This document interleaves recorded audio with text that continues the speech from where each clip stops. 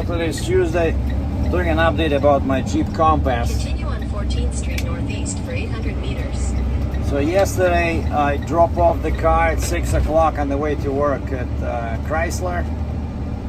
And I left the key in the envelope because I booked the appointment for Monday for alignment. And then walked to work, and then on the way back, again walked to the dealer. So they charged me $190 plus tax. It was like 200 bucks, Canadian. And so they did an alignment. I checked the paperwork. It does show. Meters, turn left onto Country Hills Boulevard Northeast. It does show they did something. They adjusted, and I noticed the steering wheel. The steering wheel is now in the normal position. Basically, what it was is the car was reacting, towards the tilt in the road. At the light, turn left onto Country Hills Boulevard Northeast. And that's why the wheel was turned slightly off, because when I'm on like this, I tried it goes, it doesn't want to stay in the direct line, Continue on Country Hills Boulevard Northeast for 1.5 kilometers. And so they added they made a couple of adjustments, and so now everything is cool, except it's not cheap, 200 bucks. As for the insurance, so I keep checking my insurance app on the phone. So first it was some guy named June as my advisor shown on the app when I do track the claim. Then it was a different guy, but it was the same claim number, right? So because I applied through the app, and nothing was showing there except the status was saying that we're talking to your repair shop, but no repair shop was shown. Like, how do you know who my repair shop is, And then finally, I think yesterday, Monday, I opened the app, click on track the claim, and now under the claim adjuster name and his phone number and his email, I see a name of a shop, a local Calgary shop that specializes in hail damage. And I click on that one, it gives me the address, the phone number, and I thought, okay, maybe I should wait till they call me. Nobody calls me. Turn right onto Barlow Trail Northeast North. And I already left probably a couple of voice messages for the adjuster. I emailed him because his email was there. I emailed him twice asking what's the next step is. Then I just voluntarily sent him the photos of the damage. And this morning, so nothing is happening. So this morning I called the guy because he's on Atlantic time. So I know when it's like 6 o'clock here, it's 8 over there. So he should be in the office. So again, it's voicemail, so I leave a somewhat angry message saying that, I know you guys are busy, but it would be cool just if you said okay, or we're working on it. Just, how long does it take to type one sentence on the email and just send to the customer? But they're totally ignoring all the emails, all the voice messages. And so I guess I finally got to the guy because he called me back like half an hour later. And the first thing he said, turn left onto Freeport Boulevard Northeast. The first thing he said, yeah, I got your voice messages, but I'm not actually your claim adjuster. Like, what? I said, first it was some guy named June on the app, then it was your name. And he says, no, your claim adjuster is the lady named Susan something. He says, I let her know. At the light, turn left onto Freeport Boulevard Northeast. I said, can you email me her info? Because I said, I'm driving. Well, in 300 meters, turn left onto 25th Street Northeast. For some reason, he had a problem with the email. Didn't want to email me, And then I told him that I already contacted the shop, and I said, was that the correct thing to do, or should I have waited for you guys to call me back? And he says, actually, no, that's good, because he says normally what would have happened is that we would call you and we would tell you to book the appointment with the repair shop, and then the repair shop will send us the estimate, and then we look at the estimate, and once we approve it, we give the shop to go the go ahead. And I said, how does the money thing work? Like, you guys give me the check, or like? And they said, no, we pay directly to the repair shop. You don't see any money. And he says, by the way, are you aware that you have a $5,000 deductible? I said, yeah, I'm aware of that. And I said, I'm also aware that on your website it says that sometimes the insurance company can actually remove that deductible, like voluntarily. It's up to the insurance company, you know, they can say, okay, we understand the situation. And this guy says, oh, I never heard about that. He says, sometimes they can remove that deductible if it was like a hit and run, but he says, hail damage, no.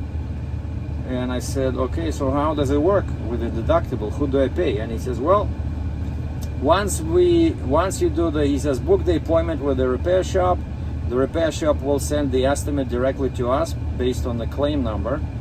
And then once we approve it, we give them the go ahead, and the repair shop will contact you.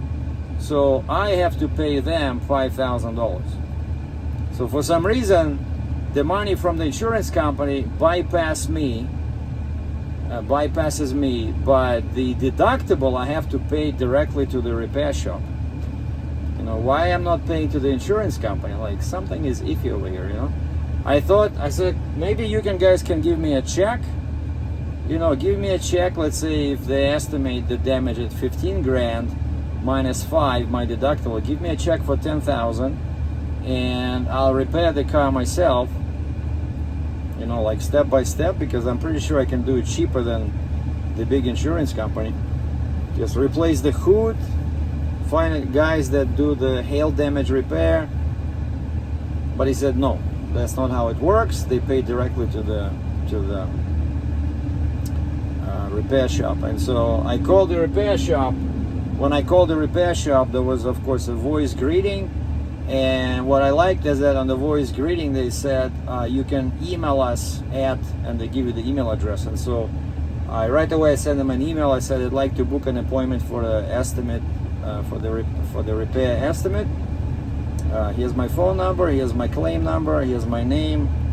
And so if I don't hear from them within 24 hours, I'm gonna call them, because there was an option that, hey, press 2 to book an estimate appointment, press 3 to do this. And of course they're busy, but it's, what I like is that it's a highly specialized repair shop which specifically does hail, and it's a huge building. I saw the pictures there.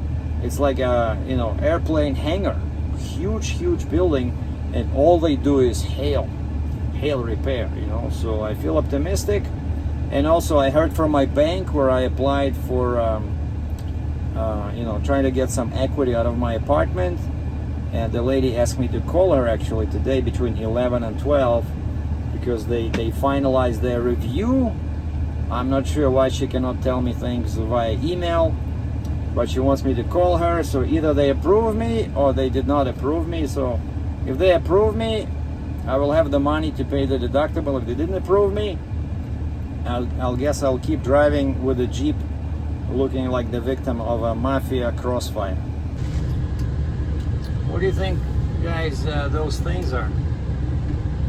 They look like huge floats, you know, like a monster fisherman would use and connect the line, you know, to the rod, and the other line to the hook.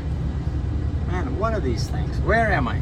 I'm somewhere in the southeast of Calgary. Just picked up a scissor lift.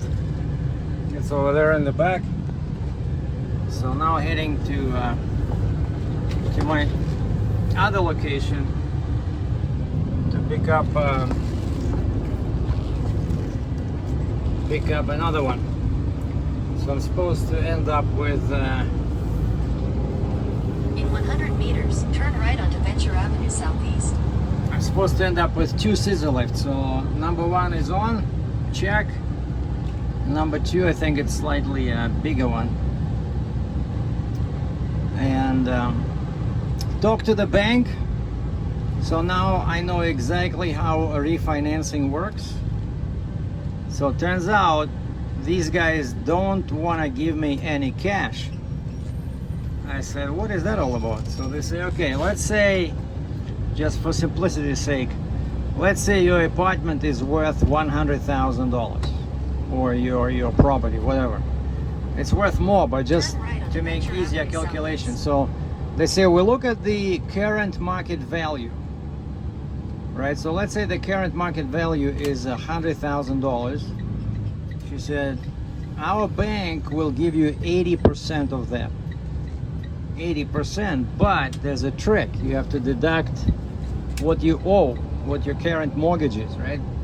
And so let's say 80% of 100,000 is 80,000, right? And let's say you have 10,000 left on your mortgage. So she takes 80 minus 10, 70,000, and then they look at your debts. And she says, okay, we're gonna pay this, we're gonna pay this. And I'm like, wait, why would you want to pay that? That's like, I don't know, 12%. Why don't we pay off something that's 20%, you know?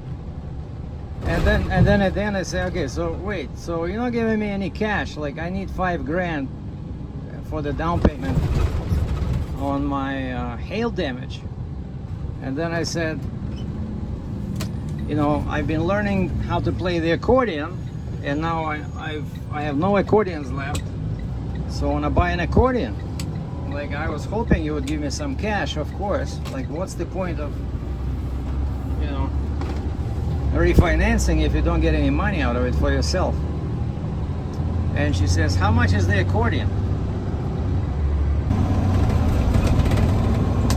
Well, I said, a good accordion is about $3,000. Of course, it's all Canadian funds. And she says, well, yeah, maybe we can give you like a few $1,000s, but she says the problem is your income, your current income is too low compared to your debts. Because she says we have to go by the ratio, like debt to income ratio or income to debt, whatever. And we cannot go beyond that. Like, there's a limit that the government in Canada, so basically the government in Canada dictates to the bank who they can lend money to. Like, if you have too much debt, continue on Alberta 560 West for 1 kilometer. And you know, your ratio is higher than what they want, like debt to income or income to debt, the bank says no. And so she says, yeah, this is what we can give you, like after she broke down this percentage and minus the mortgage. But she says there's a problem, and I was wondering why she wouldn't just send me an email. You know, hey Sergei, we can give you $2 million. Would you prefer cash or a check? You know, just simple, right? No, she wants me to call you, and I'm freaking running around. So I had to find time during my lunch to call her, and of course it's voicemail. Then she calls me back 5 minutes later. It's ridiculous. And then she says, yeah, all this is good, but you're 600 meters. Use the right lane to take the Alberta 2. After we've been talking for 10 minutes, she says your debt to income ratio is too high. And I say, wait, how about my YouTube income? Because she says we want to see something that's been happening over the past 2 years. Like, if you have extra Use the right lane to take the Alberta income, 201 North Rail. it has to be some kind of like established, you know, not just like once, 1 month. And I said, hey, I've been on YouTube since 2008, and I've been averaging 3,000-4,000 Canadian when I was a trucker, but I said now it's closer to $1,000. I can send you that. Would that help? And she said, oh yeah, sure. So now she's gonna send me another email with more documents she wants to confirm that my income is higher than what they originally thought. And now she wants a notice of assessment for 22. And actually in 22,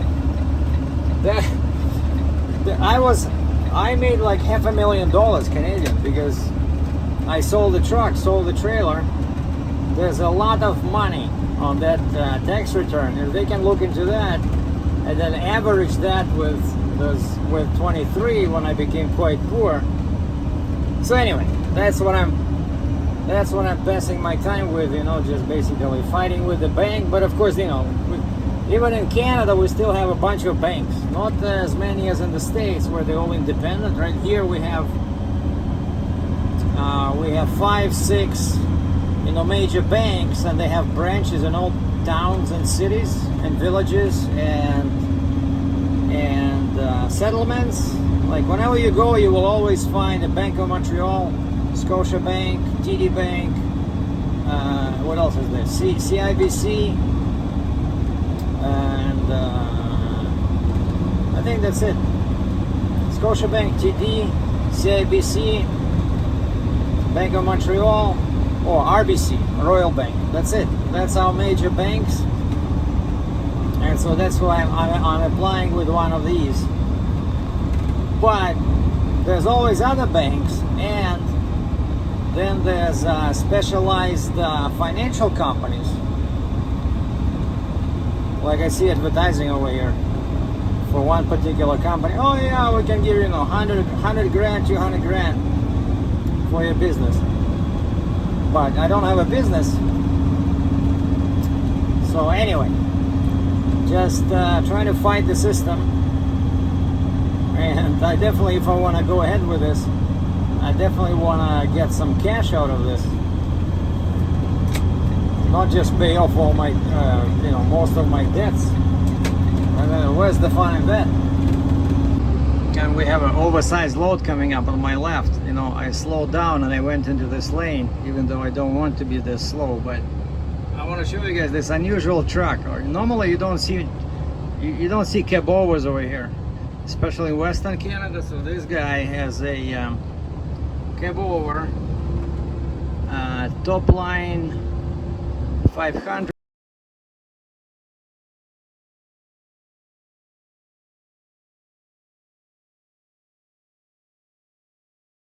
It's some kind of a farm vehicle, and he has this monster pull-out outriggers. That's really wide. So it belongs to a farm, and so the farm found somewhere this cab over. It looks like Argosy, or maybe it's maybe it's a European truck. So 3-axle trailer, 3-axle truck. And he has 2 machines in there. Wow, he has what looks like a combine, and then this ugly looking kind of like a frog-like farm tractor with 40 feet between the tires. Okay, but now we cannot see the cab over, right? That's not good. Okay, let's go on the left lane. Because the right lane ends anyway.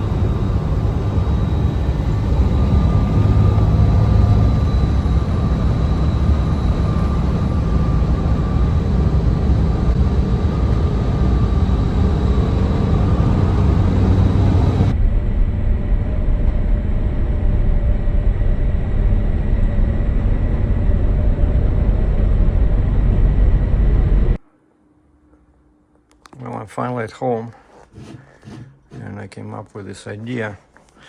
We're making ice wine for cheap, because ice wine costs a lot of money. This is like a high alcohol content wine. It's like 14.5, and then you just add some ice, and there you go. You have a perfectly nice white wine for only $8 a bottle. Very nice Hardy's Shiraz.